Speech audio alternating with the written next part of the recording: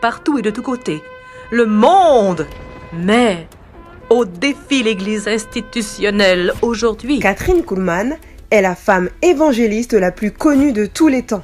Elle a commencé avec un ministère évangélique qui s'est transformé en un ministère de guérison. Voici son histoire. Née le 9 mai 1907, Kathryn Kuhlman est le troisième enfant de ses parents. Elle grandit à Concordia, au Missouri. Et dès son enfance, cette personnalité expansive était visible. Elle raconte qu'à chaque fois qu'on donnait une fête à l'école, c'est elle qui s'occupait de tout et qui organisait les divertissements. Elle fut élevée dans une communauté luthérienne par un père baptiste et une mère méthodiste. Elle avait l'habitude d'aller chaque dimanche à l'église pour accompagner sa mère. Sauf qu'un jour, tout a changé.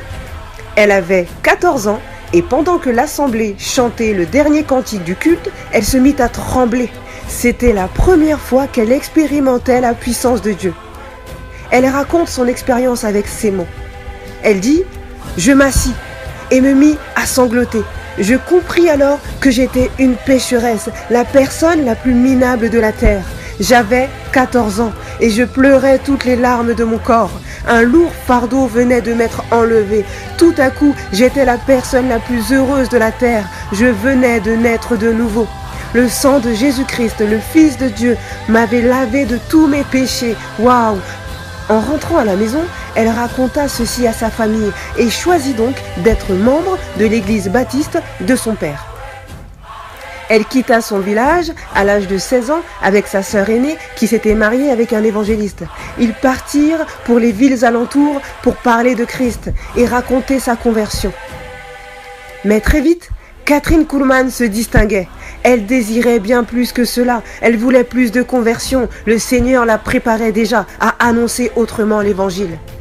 Elle déclara un jour « Vous pouvez dire ce que vous voudrez sur moi, que je n'ai pas le droit en tant que femme de monter sur la chair et de prendre la parole. Cependant, même si le monde entier me le disait encore et encore, je sais que l'appel que j'ai reçu pour le ministère est très clair. » En effet, avant de finir son lycée, elle fut autorisée à entrer à l'Institut biblique Simpson à Seattle.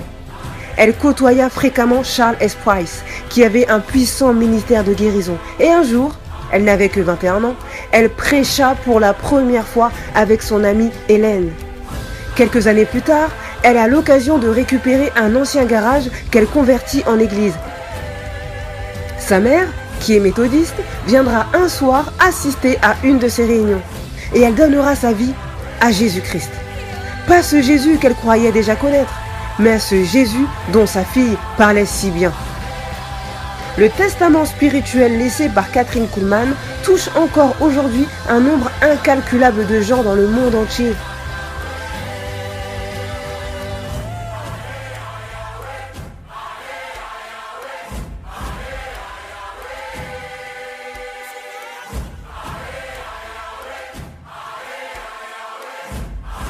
Au début de son ministère, elle était seulement évangéliste et limitait ses prédications au message du salut.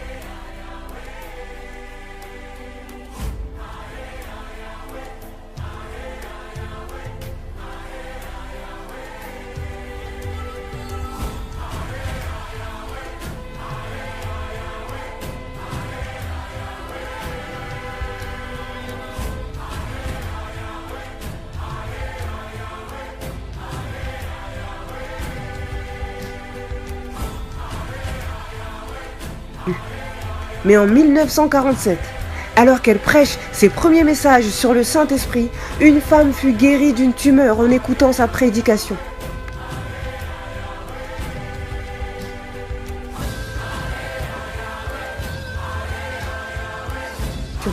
Plus tard, un homme fut aussi guéri de la même manière. Ces événements ont marqué le début du ministère de guérison de cette femme de Dieu.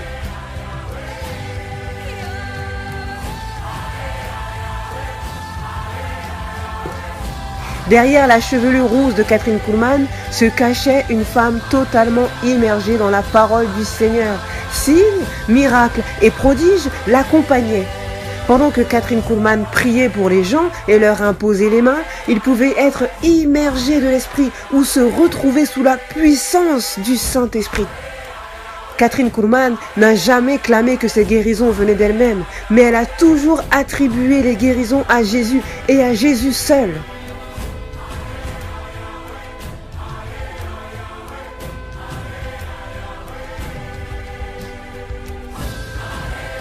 Après avoir passé plus de 50 ans dans le ministère, celle qui était une simple jeune femme rousse, venue tout droit du Missouri, est devenue la femme évangéliste la plus connue de tous les temps, en dépit des combats et des luttes qu'elle a pu connaître.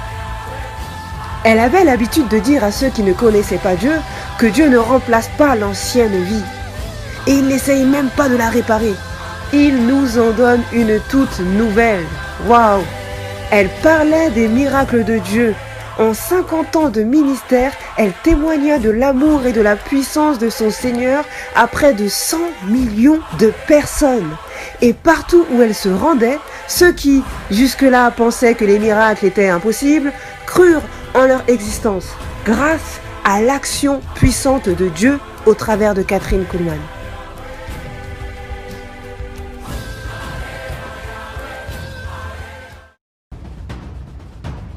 Voici un passage biblique qui l'a accompagnée et qui reflète bien le ministère qu'elle avait.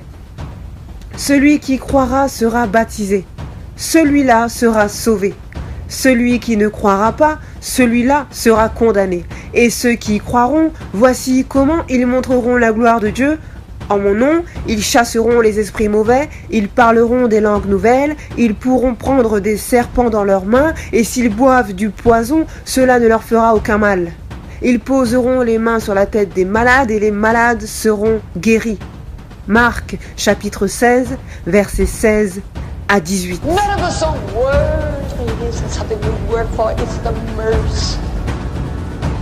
If we see nothing else in this holy sanctuary, may we get a glimpse of the mercy.